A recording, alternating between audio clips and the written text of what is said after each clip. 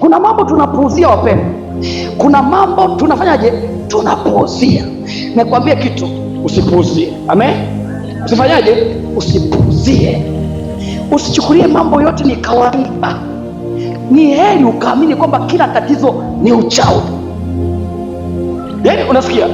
Yaani ni heri ukaamini kila tatizo linalokupata ni uchawi, ni nguvu za giza, alafu kaingia kwenye maombi, ili hata kama sio nguvu za giza, utakapoanza kutumia njia ya kawaida, vikishanganyana na maombi, unapata majibu haraka, kuliko ukachukulia kama ni njia ya kawaida, kumbe ni nini? Ni uchawi. Ukajikuta unajibidiisha, utatoa magharama, utatoa mahela mengi, kumbe ni uchawi. Utaishia kufilisika. Tatizo haliishi, kwa sababu tatizo la kichawi haliishi, halitatuliwi na hela, linatatuliwa na nguvu ya Roho kwa njia ya maombi. Kwa changanya madawa, kama ni hela toa hela, kama ni utaenda hospitalini peleka, lakini maombi yatangulie kwanza. Piga ombi, piga ombi, piga ombi, piga ombi. Haleluya!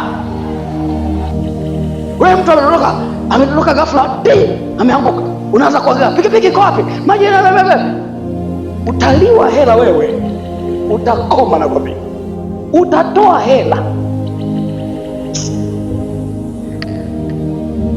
Watu wanapenda kutoa hela. Hela zenyewe unapata kwa shida, yaani hela zenyewe unapata kwa shida, lakini kila kitu wepesi wa kutoa hela.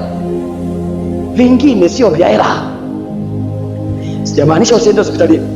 Kabla ya kwenda hospitalini, timbulika na maombi. Hata unapompakia kwenye bodaboda, pakia na mtu ambaye ni muombaji. Umemweka mgonjwa kwenye bodaboda, mwenye bodaboda anaendesha, aliyeka nyuma yake anaenda kuruka lipa rokosa pale. Kama ni gari, dereva anaendesha gari, amelala kwenye kochi, sio kwenye sofa, kwenye kiti, aliyemshika pembeni ananena kwa grapari abakotopi antabaya ropo sata. Yaani nakwambia hivi, ukienda kule hospitalini, sipo kama ni ugonjwa utaonekana vizuri, atapata matibabu, utashangaa unafika pale alishapona, na nauliza mnanipeleka wapi? Pone shapona. Ni maombi. Kuliko kampeleka hivi hivi, watamdundukia madripu ya kutosha, maji ya kutosha, atapigwa. Nakwambia utatoka na bili ambayo hela yote uliotafuta shambani kwa miezi 3, 4, 5 inaisha hospitalini, na bado haitoshi, unaenda kukopa na kukopa.